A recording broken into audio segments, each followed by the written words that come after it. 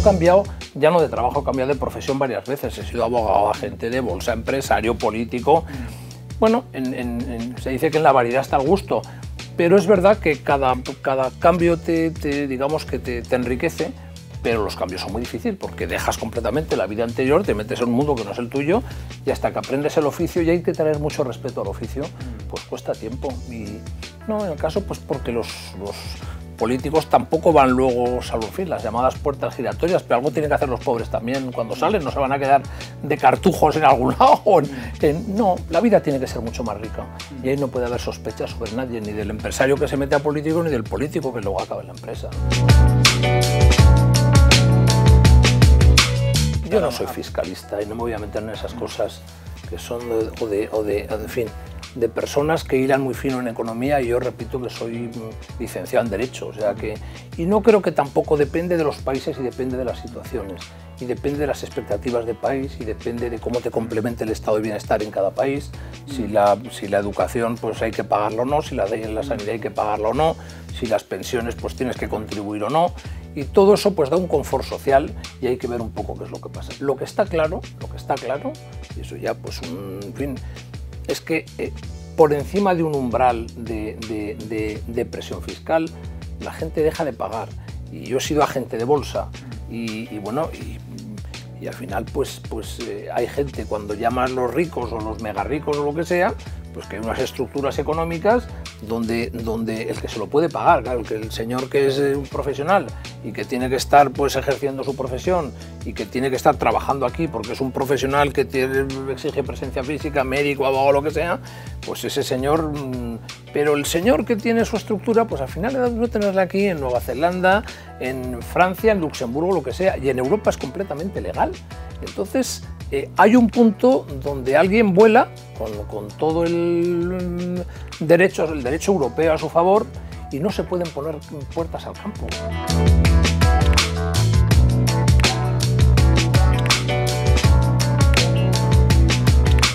La Constitución dice que los impuestos no pueden ser confiscatorios, lo dice la Constitución. Y lo que en los libros de texto, digo, lo que he estudiado en la facultad, dicen que un impuesto es confiscatorio cuando tienes que vender los bienes para poder pagarlo. Y ahí acabo la cita. Entonces, bueno, pues que la gente decida eso en cuanto a la esencia del impuesto. Desde el punto de vista autonómico, hay impuestos propios de cada comunidad autónoma, cedidos, compartidos y propios del Estado. En el caso de patrimonio, cada comunidad autónoma en el impuesto cedido puede legislarlo como quiera y puede decir, mire usted, es que yo voy a poner patrimonio y además se lo pongo al 7, porque con este dinero yo le voy a dar todo, usted no tiene que gastar nada. Bueno, pues muy bien, en las elecciones nos veremos. Y otros pueden decir, mire usted, no, yo creo en el ahorro, creo que un país que tiene mucha deuda, lo que hace falta es que la gente ahorre porque yo creo en el ahorro y por tanto ese ahorro, que es una renta por la que ya ha pagado anteriormente el impuesto sobre la renta, pues no lo gravo, como pasa en toda Europa, salvo Noruega, Suiza y España. Bueno, pues muy bien, es una opción y la gente que vote o que la gente que haga lo que sea, sin más, o sea, ahí acaba. Bueno, es que hay una comunidad que dice que a la de al lado se lo quiten o se lo pongan, ¿no? La comunidad que haga lo que quiera, es decir, usted tiene un estatuto de autonomía, unas competencias autonómicas y haga usted lo que quiera, o sea, que usted verá, o sea, que eso es el título octavo aplicado. A mí lo que más me preocupa es la incoherencia. Entonces, bueno, pues usted cree en la autonomía, autonomía. ¿Quiere tener impuestos propios? Aquí los tiene. Los países que destruyen la clase media van fatal. O sea, los países que en vez de fomentar lo que se llaman los valores de la clase media, el esfuerzo, el trabajo, el ahorro, la educación, el transmitir a los hijos un país mejor que el que tú dejaste, el dar ejemplo para que esas generaciones tomen el relevo y salgan adelante, cuando esos valores decaen, porque esa clase social, la que queramos, tenga que estar pendiente de que alguien lo subvencione o de que alguien palíe el no trabajo que tiene, que el no trabajo es el no futuro, o le diga que ahorrar no vale para nada. Decía Fuentes Quintana que el que ahorra es el señor que cree en el futuro. Si nosotros pensamos que mañana se acaba el mundo, pues nos gastamos todo lo que tenemos, ¿para qué vas a ahorrar? Entonces, todo eso son valores que propenden a que alguien pueda trabajar, a que haya cada vez más empleo, a que ese señor que emplea pues pueda tener un ahorro y que se favorezca todo eso. Pero claro, cuando lo que se hace es penalizar al que trabaja, penalizar al que ahorra, penalizar al que trabaja con inflación, penalizar al que ahorra porque no retribuyes el ahorro, desincentivar que alguien tenga planes de pensiones porque pues Dios proveerá.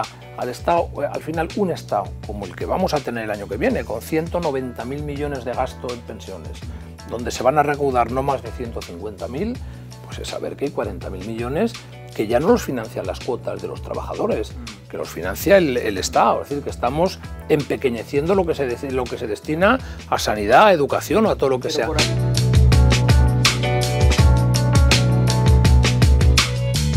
El problema de los presupuestos pasó también en la factura o en la elaboración de los presupuestos. El problema es que tú tienes que hacer una previsión de ingresos, que eso depende de cómo esté el ciclo económico, cómo funciona el sistema tributario, y una previsión de gastos que seas fija. Es decir, lo que quieres gastar está impuestos con decimales, como es lógico, ¿no? Este año, por ejemplo, la economía está creciendo y además, si fuera en términos nominales, mucho más. Porque claro, si la inflación es un 10%, el IVA se aplica sobre un 10% más. El impuesto sobre la renta de las personas físicas sobre unos sueldos que estos no han subido tanto, pero al final sobre una masa monetaria más amplia, que al final hay un 10% más de inflación. Y estamos recaudando hasta ahora 22.000 millones más y a final de año 30.000 millones más. Bueno, pues con eso puedes gastar mucho más, porque la recaudación es más que proporcional al ciclo. Lo malo es que cuando el ciclo se viene abajo, pues en la época del presidente Zapatero, pues entonces recaudas menos que proporcionalmente al ciclo. El gasto social es bueno siempre que te lo puedas pagar. Es como las vacaciones de las familias. ¿A usted le gusta que su familia vaya de vacaciones? Pues me gusta siempre que las puedes pagar. Y le gusta vivir en un piso mejor siempre que me lo pueda pagar. Y le gusta, no sé, pues cambiar de ropa o de coche siempre que me lo pueda pagar. Entonces el problema es si un país que tiene 1.480.000 millones de deuda, se lo puede pagar. Ese es el problema. Y donde hasta ahora, pues prácticamente el 25% de números redondos de la deuda la tiene el Banco Central Europeo, que es el que nos financia.